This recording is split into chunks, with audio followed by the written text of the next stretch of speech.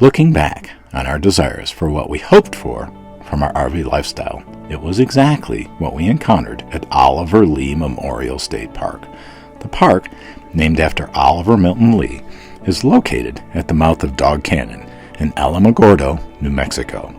It is here where Oliver Lee establishes his ranch and built a legacy that holds significance to this day. Born in the late 1900s, his life was impactful to the community and yet still highly controversial. Our plan for the park was that it would serve as a good location for us to travel to nearby White Sands National Park. As it turned out, the park was replete with so many interesting activities that nearly all of our time was spent here within the park. Ranger-led tours were highly informative and enjoyable in what was offered.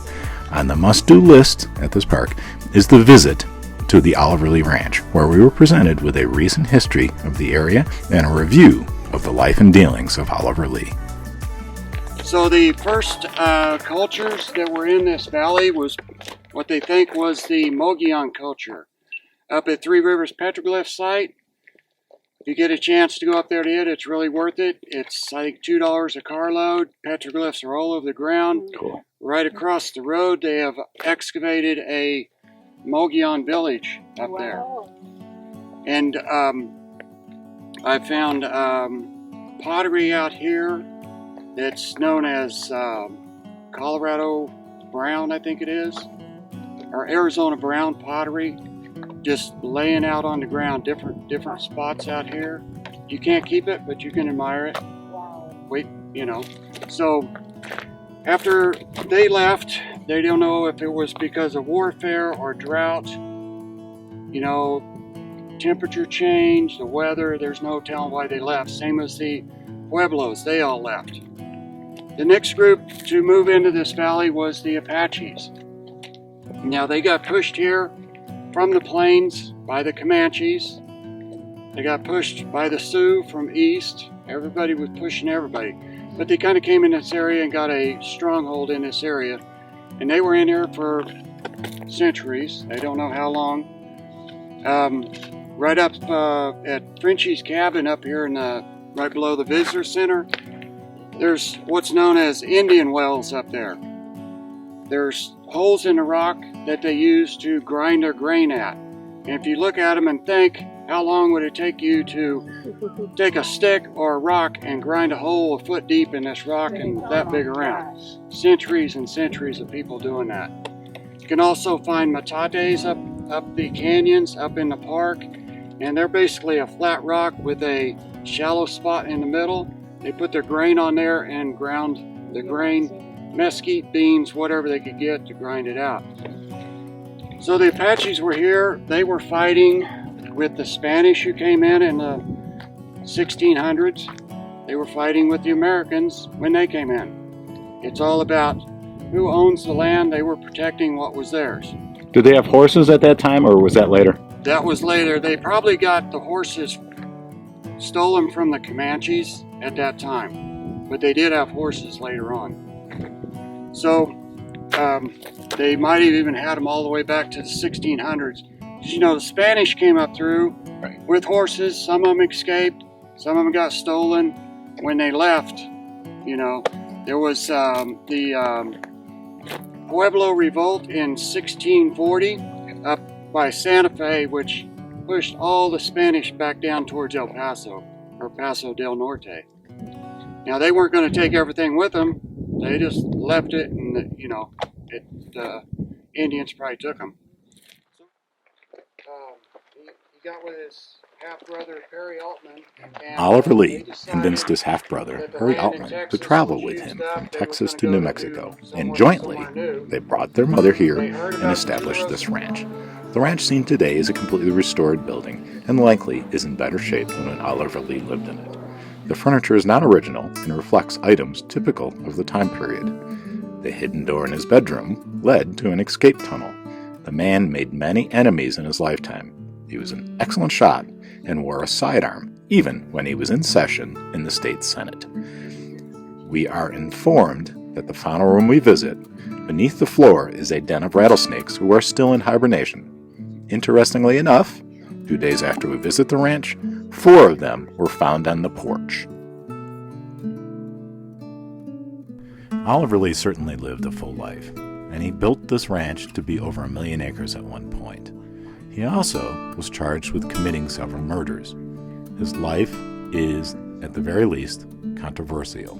You can find more about him in my blog on our website. Well, here's my word. Get the hell off my spread. Now. Another interesting activity that we attended was the presentation of several rehabilitated Aryans. That will soar. Swainson hawks are bootios, so are ferruginous and red-shouldered hawks. How you can tell a red-tailed, see this, if you can get up under them, you see what looks like dark armpits? You see these little dark marks?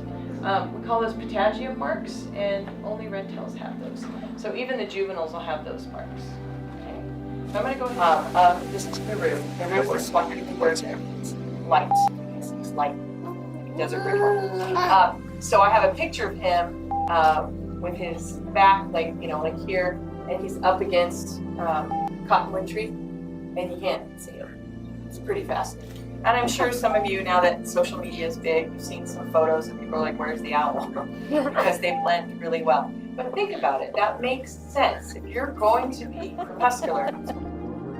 Another interesting activity that we took in was also on the topic of birds. Here you see Lucas attempting to build a bird's nest using just tweezers and 2 fingers.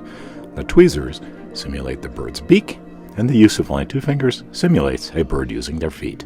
The effort highlights how building a bird's nest is a massively complex accomplishment. You might get a little wet. If you slip, you might end up in the water. Okay. But it's all As long as we don't get bit. and I will talk about that tomorrow because we're going to have to be super careful where we put our hands, where we put our feet. I really try to do that because you can't even see them. It's amazing. They are. Right. The reason they live is because they're Fine with me. There's, you can't 100% avoid it. Just, Yeah. But, keep your eyes open and we'll be all right. Yep. And there you have space for. This is why you. Wait, Lucas. Wait. Come on. This kid's getting into it. Well, have you got sand in there with it? Yeah. Okay. Not much, but. Remember, you got to do that with your tweezers, your beak. Well, you can do it with his Okay. feet too. They'll pick them up with their feet. Okay. All right, now spit. See, we're crunching down. I know. A little bit at a time, Lucas. Otherwise, it's just. Just to try doing that. Gotta let it dribble. Softer spinning. Now take your tweezers and sort of mix it.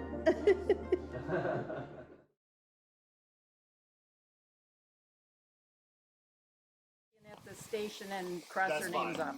That's fine. Go ahead. We are told the name Dog Canyon comes from the fact that the first non-Native American explorers into the canyon reached the end and all they found was a single dog, hence the name. Yeah. Like you can see, here's a layer of what I think was a forest that it petrified. You'll see these, I think, are this petrified wood. And you'll see these layers throughout. You'll see the coyote melons, depends on the coyotes to eat them and then distribute the seeds. Okay? As we continue to make our way up the trail, our guide continues to inform us about the details of the river, now dry, and the plant life we come across. We are told that the river was recently flowing so heavy that the huge boulders that we are climbing over were tumbling down the canyon. The sound of the huge boulders colliding could be heard 4 miles away. Interesting. We make history on this tour, being the first hike the guide has led that went all the way to the dry falls at the end of the canyon.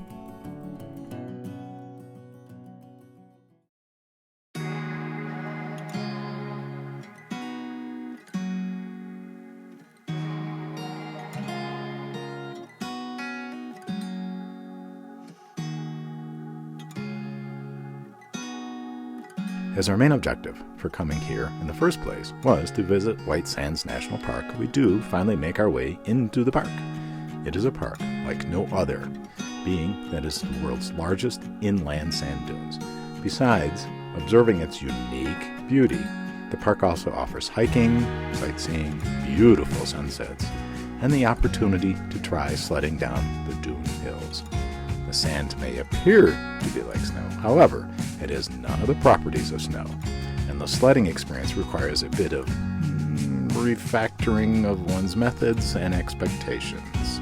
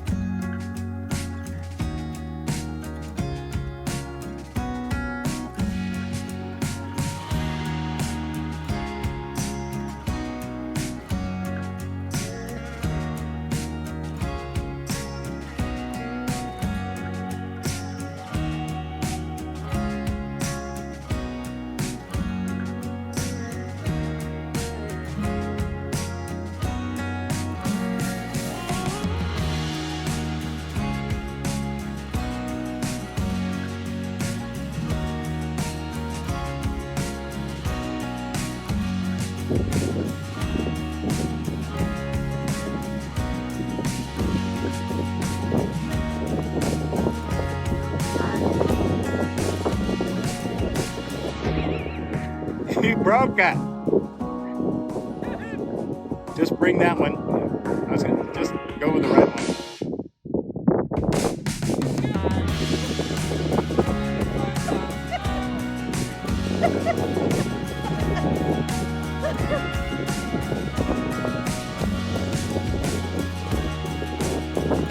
Bring it down.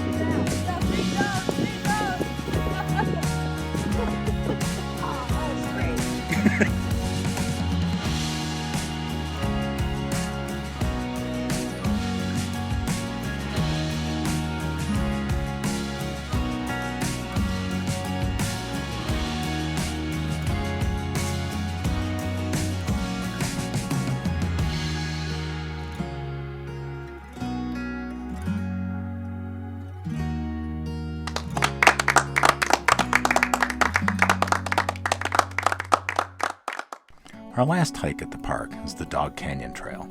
This is a strenuous hike that covers 5.2 miles and 3,200 feet of elevation gain. It takes the better part of a day to complete, which we start later in the day and only go a few miles before turning around.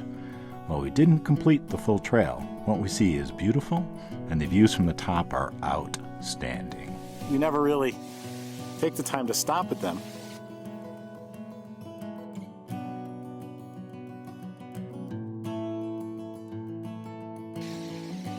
And the flower on top of that thing, of course it's not blooming, but it had.